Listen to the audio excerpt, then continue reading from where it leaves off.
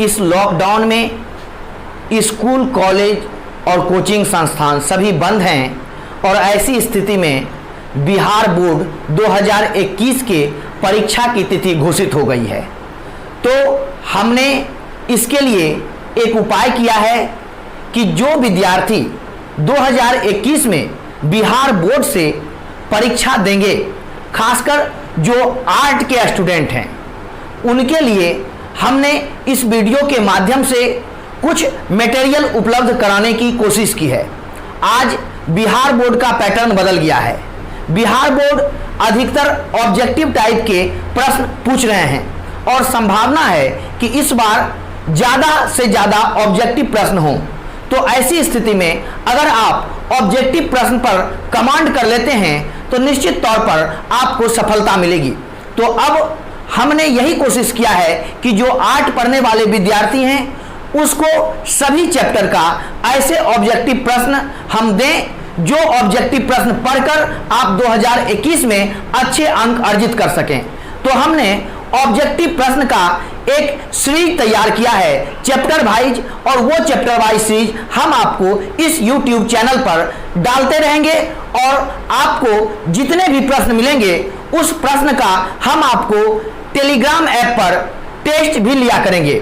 तो आपसे गुजारिश है कि आप सब इस चैनल को सब्सक्राइब करें और सब्सक्राइब कर आप इस चैनल पर जो सीरीज आएंगे ऑब्जेक्टिव प्रश्न का उसको आप पढ़ें और इसी चैनल के माध्यम से आप टेलीग्राम ऐप पर टेस्ट भी दें। तो आज हमने सबसे पहला जो आपके लिए चैप्टर तैयार किया है वो इतिहास विषय का।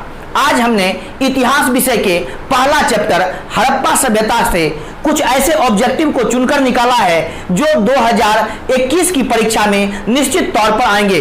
अगर आप इस वीडियो में दिए गए सारे ऑब्जेक्टिव को रख लेते हैं तो निश्चित तौर पर इतिहास विषय के पहले चैप्टर से आपका कोई भी ऑब्जेक्टिव नहीं छूटेगा। तो अब हम चलते हैं हड़प्पा सभ्यता के ऊपर। हड़प्पा सभ्यता से आपको कितने ऑब्जेक्टिव और कौन कौन से ऑब्जेक्टिव पूछे जाते हैं वो ऑब्जेक्टिव हम आपको बताना चाह रहे हैं।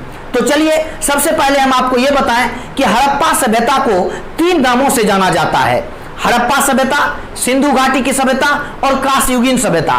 तो इंटर में पढ़ने वाले विद्यार्थी कभी कभी कंफ्यूज कर जाते हैं कि सिंधु सभ्यता अलग है, हड़प्पा सभ्यता अलग है और कांस्ययुगीन सभ्यता अलग है। लेकिन आपकी जानकारी में हम बता दें कि ये तीनों सभ्यता एक ही है। यह हड़प्पा सभ्यता को भारत की सबसे प्राचीन सभ्यता कहा जाता है। तो यहीं से हम शुरू करते हैं कि आपसे सबसे प्राचीन सभ्यता का अगर नाम पूछा जाए कि भारत की सबसे प्राचीन सभ्यता कौन है, तो उसमें ऑप्शन रहेंगे हड़प्पा सभ्यता या ऑप्शन रहेंगे सिंधु घाटी की सभ्यता। तो आपको हड़प्पा या सिंधु दोनों में से कोई भी ऑप्शन रहेंगे तो ये ऑप्शन को मारना है, ये आपको सही होगा। इस चैप्टर से जो दूसरा महत्वपूर्ण प्रश्न पूछा जाता है वो ये कि हड़प्पा की खोज किसने किया था। इसका सही जवाब है दयाराम साहनी। दयाराम साहनी ने 1921 ईस्वी में हड़प्पा की खोज की थी। तो हड़प्पा का पहला नगर यही था, हड़प्पा। इसलिए इस सभ्यता का नाम भी पड़ा हड़प्पा सभ्यता, क्योंकि पहला नगर हड़प्पा था, इसीलिए इसका नाम हड़प्पा पड़ा। अब इससे जो दूसरा महत्वपूर्ण प्रश्न पूछा जाता है वो ये कि मोहनजोदड़ो की खोज किसने और कब हुआ था। तो मोहनजोदड़ो की खोज 1922 ईस्वी में राखल दास बनर्जी ने किया था। तीसरा महत्वपूर्ण प्रश्न इस सभ्यता यह आता है कि हड़प्पा सभ्यता का बंदरगाह किस शहर को कहा जाता है। तो हड़प्पा सभ्यता का बंदरगाह लोथल को कहा जाता है। हड़प्पा सभ्यता का ये जो बंदरगाह लोथल है ये आज के डेट में गुजरात में स्थित है और ये भोगवा नदी के किनारे है, ये भी आपको याद रखना है। उसके बाद सबसे महत्वपूर्ण प्रश्न यहां से ये आता है कि हड़प्पा वासी को किस धातु का ज्ञान नहीं था।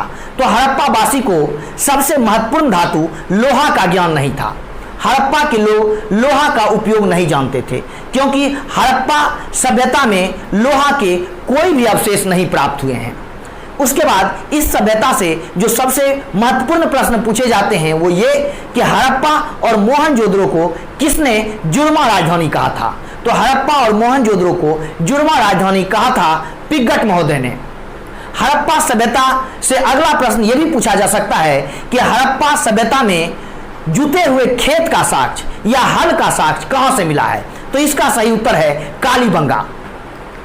हड़प्पा सभ्यता से यह भी प्रश्न पूछा जाता है कि हड़प्पा सभ्यता भारत के किस भाग में विकसित हुई, तो इसका सही जवाब होगा पश्चिमोत्तर। हड़प्पा सभ्यता भारत के पश्चिमोत्तर भाग में विकसित हुई। यहां से यह भी सवाल पूछा जाता है कि कालीबंगा किस राज्य में अवस्थित है, तो इसका सही जवाब होगा राजस्थान। आपको यह सवाल अगर पूछा जाए कि लोथल किस राज्य में है, तो इसका सही जवाब देना है गुजरात। लोथल गुजरात में है, लेकिन कालीबंगा राजस्थान में है। आपको यह भी सवाल यहां से पूछा जाएगा कि हड़प्पा सभ्यता को किस युग की सभ्यता कहते हैं, तो इसका सही जवाब होगा कांस्ययुगीन, यानी कांस्ययुग की। यह इस सभ्यता में कांसे के वस्तु का अधिक प्रयोग हुआ था, इसलिए इस सभ्यता को कांस्य युग की सभ्यता भी कहा जाता है। आपसे यह भी पूछा जाएगा कि हड़प्पा सभ्यता किस प्रकार की सभ्यता थी, तो इसका सही जवाब होगा यह एक नगरीय सभ्यता थी। हड़प्पा सभ्यता एक नगरीय सभ्यता थी।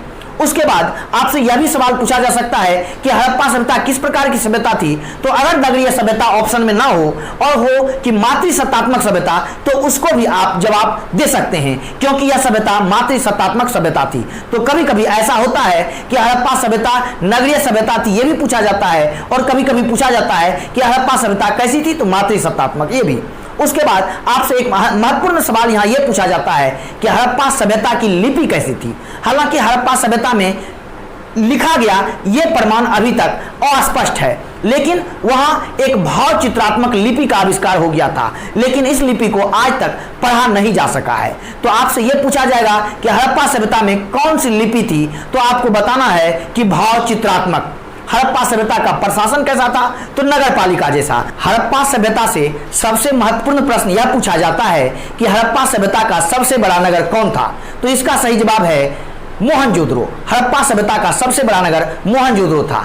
हड़प्पा सभ्यता से यह भी प्रश्न पूछा जाता है कि एक विशाल स्नानागार के अवशेष कहां से प्राप्त हुए हैं, तो एक विशाल स्नानागार के अवशेष मोहनजोदड़ो से प्राप्त हुए हैं।